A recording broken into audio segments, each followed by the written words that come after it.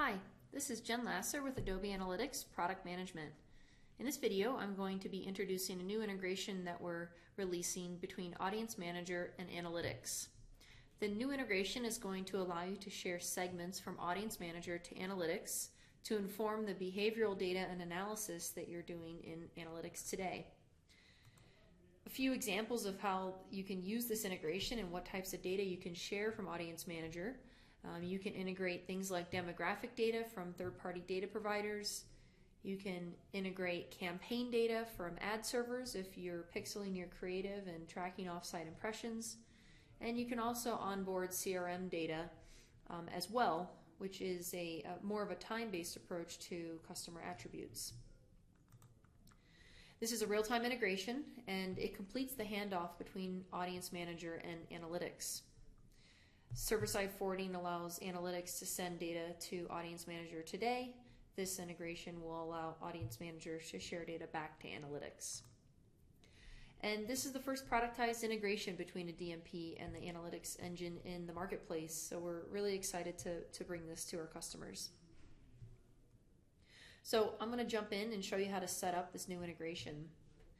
There's a handful of prerequisites that we've documented in our documentation, so be sure to take a look at those before you complete the two setup steps. So the first setup step is to go into Analytics in the admin console, select report suites that you would like to enable for server-side forwarding. This is an improvement that we've made to the server-side forwarding enablement process by implementing it in the admin console. This is something that you previously had to do with our customer care team. It's now something you can turn on directly in the admin console yourself. So you'll get to it through General Server-Side Forwarding, and give all of this content a read. A lot of information here about the steps that you will want to take before enabling this option. But when you're ready, you can go ahead and click Server-Side Forwarding Enabled and click Save. And this is something that you can do by multi-selecting report suites if you'd like to enable this for a handful of report suites all at once. So the second step for setting up this integration is to go into Audience Manager. The integration is a new destination in Audience Manager with the type Adobe Analytics. The destination will be set up for you automatically as soon as you map a report suite, so you should see it there after the release. And it just requires a little bit more configuration. So click on the destination of Adobe Analytics and go ahead and edit that destination. There's 4 main sections that should look familiar to you if you've set up a destination in Audience Manager before. A destination is simply a place that you would like to share segments to from Audience Manager. So there'll be some basic information. You don't need to make any updates here if you don't want to. Data export labels that you'll need to read over thoroughly. This will impact which segments can be shared to Analytics. The integration enforces all privacy and data export labels that you have set up in Audience Manager, both within this new destination as well as the data source for the segments. So be sure to read this thoroughly. The next step is the configuration. This is where you'll select which report suites you want to share segments to. So we've selected a handful of suites here. You can select one or many report suites. And finally, the segment mapping section. We're offering 2 approaches to this. You can either choose to map all current and future segments automatically. For this, we'll send over all segments that adhere to the data export controls for the destination. Or if you want a bit more fine-tuned control over what segments can be shared, you can choose the manual mapping option and select which segments you want to send to Analytics. So we have a lot more information on how to set up this destination in our documentation, which you can find in the description of the video. So we'll move into Analytics now. After you've completed those first 2 steps of turning on server-side forwarding at the report suite level and configuring your destination, after a few hours you should start seeing the data come through in Analytics. Now, the data is going to show up as 2 new dimensions in Analytics. The dimensions are called Audience's ID. This is the ID number that would match what you would see in Audience Manager.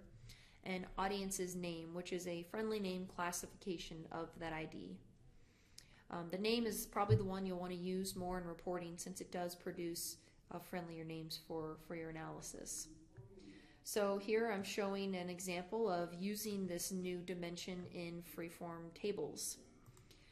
The data and the segments that have been passed over from Audience Manager have been integrated in real time and stitched directly into the hit that Analytics was going to collect for the visitor to begin with. So this data can be treated just like any other dimension that you would send to Analytics. That means you can bring in any other analytics event like traffic metrics or custom events against this dimension. It also means this dimension is fully subrelatable to other dimensions that have been collected. For example, mobile device type or page, if you want to break down and see which pages a particular audience is visiting on your website or your app. So the usefulness of this data doesn't just stop at the freeform table level.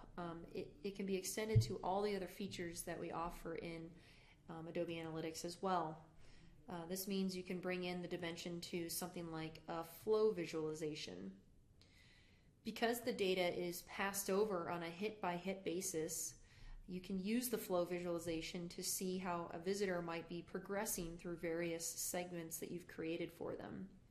For example, if you have behavioral segments that show kind of consideration and then intent and then purchase, you'll be able to see the transition of a visitor as they move through those segments.